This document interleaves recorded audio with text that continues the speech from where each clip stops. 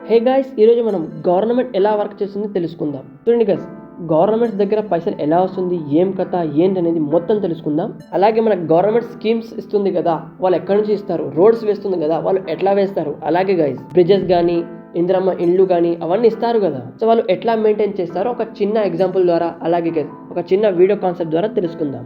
చూడండి గైస్, ఈ వీడియో అనేది కేవలం ఎడ్యుకేషన్ పర్పస్కి మాత్రమే. సో దీన్ని ఎడ్యుకేషన్ పర్పస్కి మాత్రమే తీసుకోండి. కామెంట్ సెక్షన్లో నీది ఆ పార్టీ నాది ఈ పార్టీ అని టైప్ చేయకండి. జస్ట్ ఈ వీడియోలో మనం కేవలం ఎడ్యుకేషన్ పర్పస్కి మాత్రమే తెలుసుకోబోతున్నాం. చూడండి గైస్, గవర్నమెంట్ ఉంది కదా, గవర్నమెంట్ మనకు రోడ్ వసతి కానీ లైట్ల వసతి కానీ అలాగే గైస్ స్కీమ్స్ కానీ బ్రిడ్జెస్ కానీ టనల్స్ కానీ అవన్నీ ఇన్ఫ్రాస్ట్రక్చర్ కానీ ఇవన్నీ మనకు గవర్నమెంట్ ఎలా అందిస్తుంది అంటే, మనం ఏం చేస్తామంటే గవర్నమెంట్కి ట్యాక్స్ ఇస్తాము, ఓకేనా. లైక్ ఇల్లు ట్యాక్స్ కానీ నాలా ట్యాక్స్ కానీ రోడ్ ట్యాక్స్ కానీ అవన్నీ మనం ట్యాక్సెస్ పే చేస్తున్నాం, గుర్తుపెట్టుకోండి.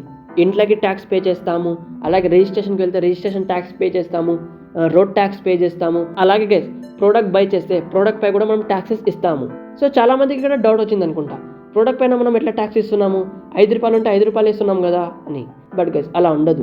సెంట్రల్ జిఎస్టీ అలాగే స్టేట్ జిఎస్టీ అనేది దానిపైన ఉంటుంది. సో దానిపైన స్టేట్ గవర్నమెంట్ అనేది 6% తీసుకుంటుంది, అలాగే సెంట్రల్ గవర్నమెంట్ అనేది 6% తీసుకుంటుంది. మీరు ఒక చిన్న బిస్కెట్ ప్యాకెట్ తీసుకున్నా కూడా దానిపైన కూడా ట్యాక్స్ ఉంటుంది.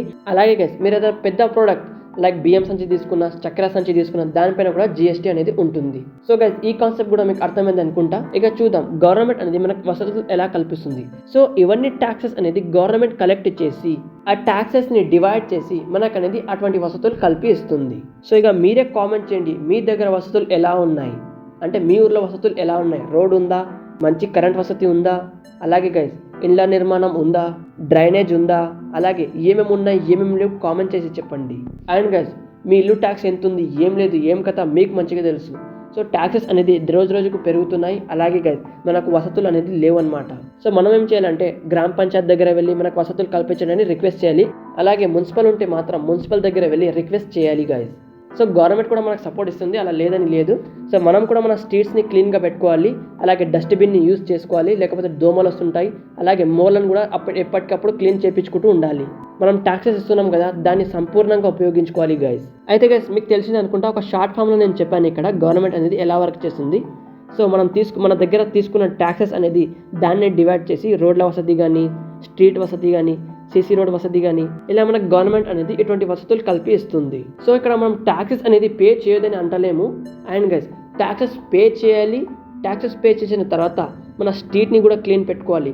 లైక్ మనం నల్ల ట్యాక్స్ ఇస్తే నల్లని సంపూర్ణంగా ఉపయోగించుకోవాలి, అలాగే రోడ్ ట్యాక్స్ ఇస్తే రోడ్ని కూడా మంచిగా ఉపయోగించుకోవాలి. అయితే గైస్ ఈ వీడియో మీకు ఎలా అనిపించింది కామెంట్ చేయండి, లైక్ చేయండి, సబ్స్క్రైబ్ చేయండి. అండ్ గైస్ కలుద్దాం ఇంకోటి మంచి ఇంట్రెస్టింగ్ వీడియోతో. అప్పటి వరకు సెలవు. ఇంకా ఇలాంటివి తెలుసుకోవాలంటే ఈ వీడియోని లైక్ చేయండి, మీ స్నేహితులతో షేర్ చేయండి, మరియు ఇన్ఫో ఫ్రమ్ ఎస్జీ ఛానల్కి సబ్స్క్రైబ్ చేసుకోండి. మీరు జీవితాన్ని మార్చే పుస్తకాలను చదవాలని అనుకుంటే కింద డిస్క్రిప్షన్లో అమెజాన్ లింక్ ఉంది, అక్కడ నుంచి వెళ్ళి బుక్స్ని ఆర్డర్ చేయండి. అండ్ రెబల్స్, మీ మార్పు అనేది ఒక క్లిక్ ద్వారా మొదలవుతుంది.